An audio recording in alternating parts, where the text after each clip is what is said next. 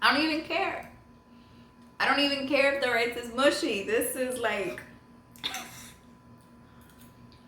it's good. I don't care. It's just good. Hello, mi gente, and welcome back to Nata Knows Best. In today's episode, we're making a classic Puerto Rican one-pot dish. If you haven't guessed it, I'm talking about arroz con pollo. This popular chicken and rice dish has so many different versions, but my favorite, of course, is the Puerto Rican version because ours is made with homemade sofrito, which is just a beautiful combination of herbs and spices. Literally, anytime I make this recipe, everyone falls in love with it. So let's get into it.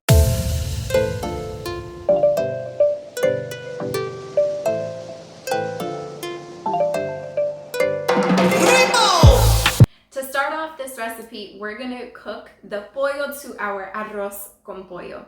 So in the fridge, I have some chicken thighs that I've had marinating in my go-to spices, which of course are the adobo. I added some cumin in there, and I also added lots and lots of oregano.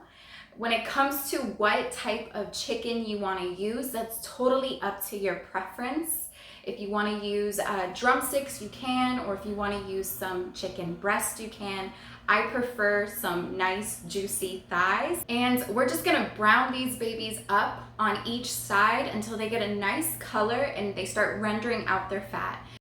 All right, so we've seared our chicken to the point where it's gotten a really nice brown color. So what we're gonna do is just remove it from the heat.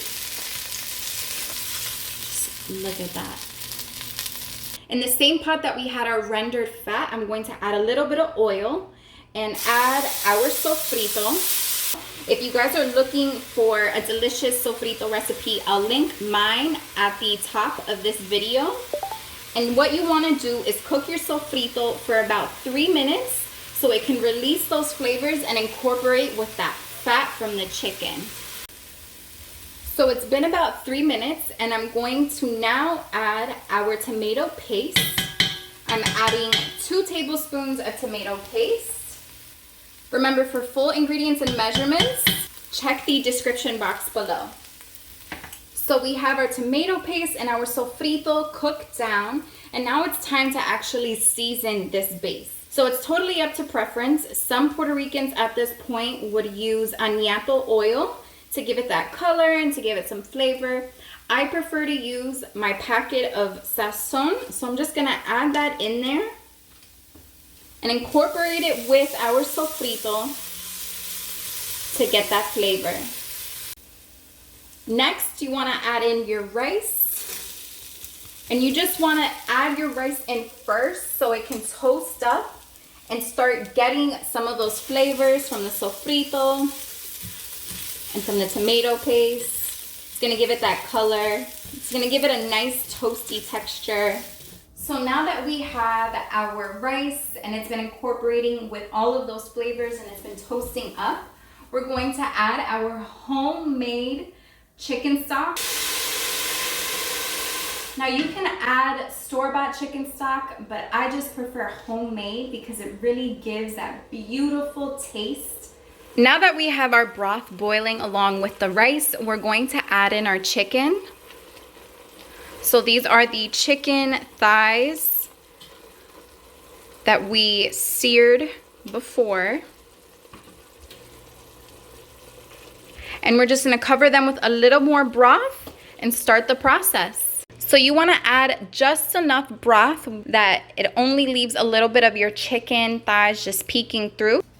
At this point in the process, you can go ahead and add any additional flavorings that you want. I'm gonna add 2 small bay leaves so they can infuse into the water, into the rice. And now I'm just gonna let our arroz con pollo cook until it starts boiling. And once we barely see the rice, I'm gonna lower the heat and cover it. So a lot of the water has boiled off and our rice is barely just peeking through. So the next step would be to lower our heat, and we're going to cover it with some aluminum foil. By doing this, we're going to trap in the leftover moisture, and it's just going to finish cooking off the chicken and make our rice nice and fluffy. So at this point, you can just leave it for about 25 minutes. So our 25 minutes have passed, and I'm going to lift the top to check our arroz con pollo. Oh my goodness. I wish you guys could smell this right now. It is insane. We can tell that the chicken is already nice and tender. I mean, look at it. It already fell apart. So what I'm gonna do is remove our chicken. That way I can fluff the rice underneath to make sure that it's nice and fluffy. This looks insane. This smells insane. Let's not forget about our bay leaves. Now that I've removed the chicken, I'm gonna go ahead and fluff our rice. So I'll be honest, right now our rice is looking a little mushy. So to fix it, now that I've finished fluffing it, I'm gonna leave it on low heat to allow the remainder of the water to evaporate. Okay, so it's time to try our arroz con pollo. And I'll be honest, I'm slightly disappointed with how the texture turned out. It is a little mushy as far as the rice goes, but I know the flavors are there, so I'm not gonna let that sway my opinion on this at all. I'm gonna go ahead and give this a try. The good thing is we were still able to get some pegao, which is, of course, so important. Oh my God. Mi gente, the flavors are 100% there. The rice is so flavorful, and the chicken is tender and juicy.